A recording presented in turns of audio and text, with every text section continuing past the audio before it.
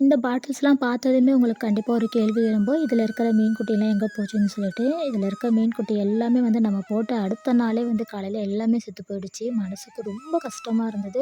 அதுக்கப்புறம் husband clean பண்ணிட்டு மறுபடியும் வேற ஒரு 4 குட்டிங்கள அதில போட்டு வச்சிருந்தாரு. அதுவுமே வந்து அடுத்த நாள் இறந்துச்சு.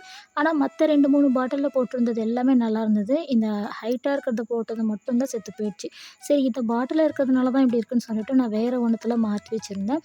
அதில மாத்தி வைக்கும்போது 2, 3 நாள் பார்த்தேன் நல்லா இருந்துச்சு. சரி இதவே இனிமேல் கன்டின்யூ பண்ணிடலான்னு சொல்லிட்டு இப்போ அழகா ஆர்கனைஸ் பண்ணி வச்சிருக்கேன். கிளாஸ் பாட்டில்ல இருக்கிறது எல்லாமே பார்த்தீங்கன்னா, குட்டி போட்டது. ரைட் சைட்ல இருக்கிறது வந்து நான் பெருசு எல்லாத்தையும் போட்டு வச்சிருக்கேன். அண்ட் யாராவது வந்து ஃபிஷ் வளர்க்குறவங்க இருந்தீங்க அப்படின்னா, ப்ளீஸ் எனக்கு ஏதாவது ஒரு டிப்ஸ் அண்ட் ஐடியாஸ் ஏதாச்சும் சொல்லுங்க. இந்த மாரி குட்டி மீனை எப்படி பார்த்துக்கணும்? ஏன்னா கண்டிப்பா எனக்கு இத பத்தி எதுவுமே தெரியல. அண்ட் இந்த டீ லைட் கேண்டில் ஹோல்டர் நம்மக்கிட்ட ரொம்ப நாளாவே இருக்கு. பட் வந்து இது வந்து செவுத்துல தான் மாட்ட முடியும். அதில மாட்ட முடியாதனால நான் இதில மணி பிளான்ட் போட்டு வச்சிருந்தேன். ஸோ எல்லாரும் நெறைய பேர் இத பத்தி கேட்டிருக்கீங்க. இது சூப்பரா இருக்கும். மீஷோல வாங்குனது தான்.